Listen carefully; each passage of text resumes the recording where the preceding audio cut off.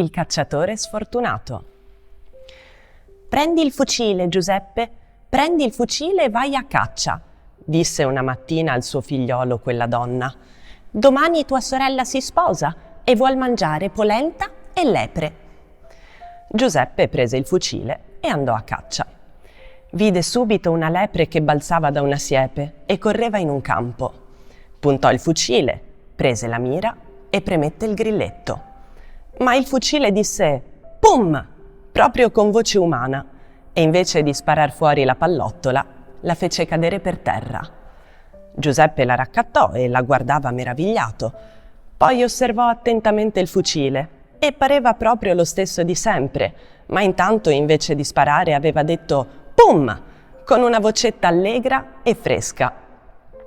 Giuseppe scrutò anche dentro la canna, ma com'era possibile, andiamo, che ci fosse nascosto qualcuno? Difatti, dentro la canna non c'era niente e nessuno. «E la mamma che vuole la lepre, e mia sorella che vuol mangiarla con la polenta». In quel momento la lepre di prima ripassò davanti a Giuseppe, ma stavolta aveva un velo bianco in testa e dei fiori d'arancio sul velo, e teneva gli occhi bassi e camminava a passettini passettini. «Toh», disse Giuseppe, «anche la lepre va a sposarsi. Pazienza, tirerò a un fagiano». Un po' più in là nel bosco, difatti, vide un fagiano che passeggiava sul sentiero, per nulla spaventato, come il primo giorno della caccia, quando i fagiani non sanno ancora che cosa sia un fucile. Giuseppe prese la mira, tirò il grilletto e il fucile fece «Pam!», disse «Pam, pam!» 2 volte, come avrebbe fatto un bambino con il suo fucile di legno. La cartuccia cadde in terra e spaventò certe formiche rosse che corsero a rifugiarsi sotto un pino. «Ma benone», disse Giuseppe, che cominciava ad arrabbiarsi, «la mamma sarà contenta davvero se torno col carniere vuoto».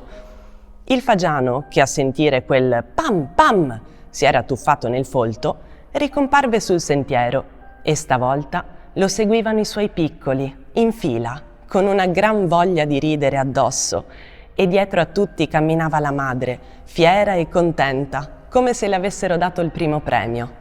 «Ah, sei contenta tu?» borbottò Giuseppe. «Tu ti sei già sposata da un pezzo? E adesso a che cosa tiro?» Ricaricò il fucile con gran cura e si guardò intorno.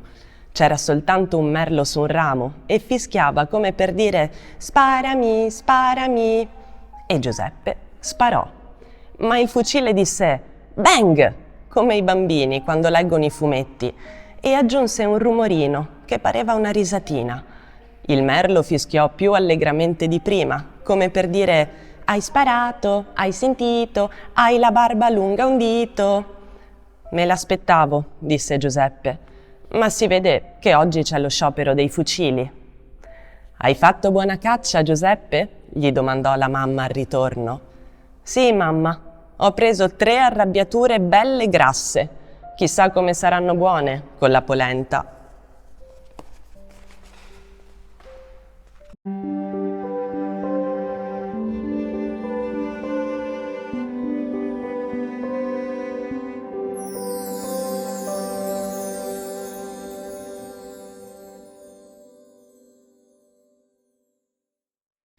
Il paese dei cani. C'era una volta uno strano piccolo paese. Era composto in tutto di 99 casette e ogni casetta aveva un giardinetto con un cancelletto e dietro il cancelletto un cane che abbaiava. Facciamo un esempio. Fido era il cane della casetta numero 1 e ne proteggeva gelosamente gli abitanti, e per farlo abbaiava con impegno ogni volta che vedeva passare qualcuno degli abitanti delle altre 98 casette, uomo, donna o bambino. Lo stesso facevano gli altri 98 cani e avevano un gran da fare ad abbaiare di giorno e di notte, perché c'era sempre qualcuno per la strada. Facciamo un altro esempio. Il signore che abitava nella casetta numero 99, rientrando dal lavoro, doveva passare davanti a 98 casette, dunque a 98 cani che gli abbaiavano dietro, mostrandogli le fauci e facendogli capire che avrebbero volentieri affondato le zanne nel fondo dei suoi pantaloni. Lo stesso capitava agli abitanti delle altre casette e per la strada c'era sempre qualcuno spaventato. Figurarsi se capitava un forestiero.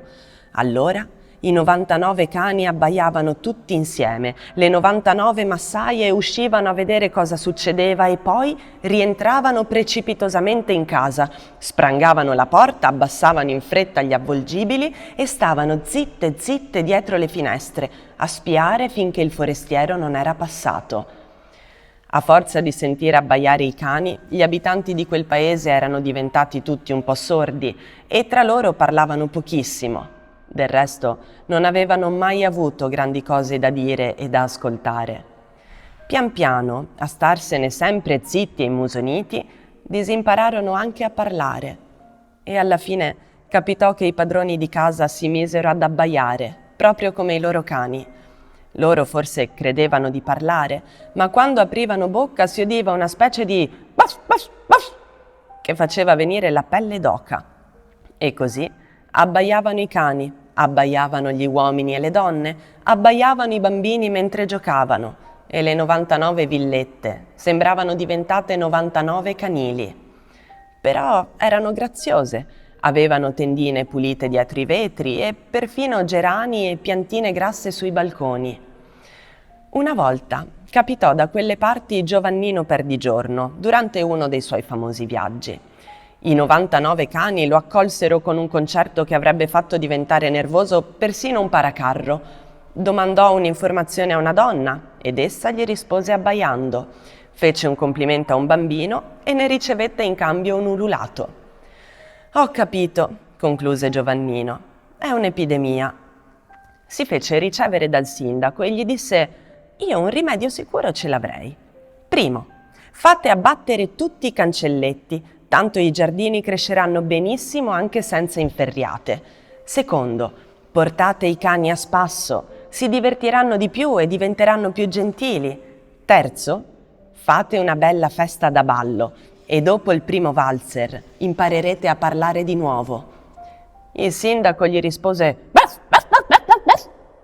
«Ho capito», disse Giovannino, «il peggior malato è quello che crede di essere sano». E se ne andò per i fatti suoi.